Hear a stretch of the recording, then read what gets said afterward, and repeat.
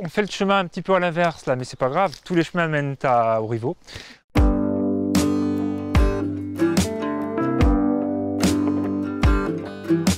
Nous sommes donc en Touraine-Poitevine. On est à la frontière du Poitou et de la Touraine.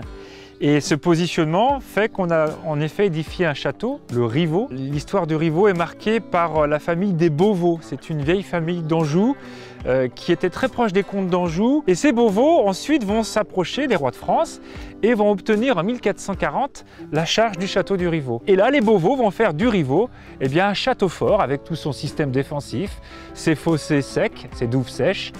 Après le départ des Beauvau, plusieurs propriétaires vont se succéder et en 1992 arrivent Éric et Patricia Legnaud, les propriétaires actuels, qui d'abord restaurent le château qui nécessitait des travaux considérables d'urgence du bâti.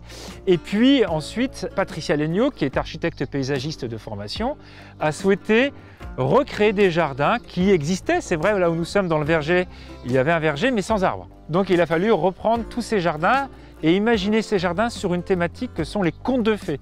Alors pourquoi les contes de fées? Parce que le château a une silhouette d'un château de contes de fées qui ressort un peu comme dans les romans de chevalerie. Donc 15 jardins qui sont classés, jardins remarquables depuis 2003, et avec des collections de rosiers parfumés, un conservatoire de la rose parfumée, de légumes anciens avec le potager de Gargantua, qui est un très beau potager, donc ça c'est le conservatoire. Et de facto, elle a aussi voulu intégrer l'art contemporain dans les salles du château dès l'ouverture au site au public. Les activités pérennes, elles sont nombreuses.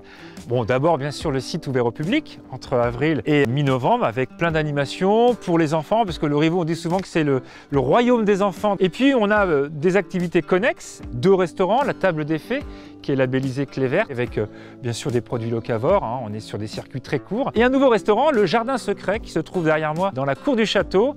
Et un hôtel 4 étoiles, donc aux Écuries Royales à l'étage, où il y a 7 chambres pour pouvoir profiter pleinement des chambres, mais aussi le soir des jardins, parce qu'on a l'exclusivité pour les clients de l'hôtel d'avoir les jardins pour soi le soir. Et puis enfin des locations de salles pour des réceptions professionnelles ou privées.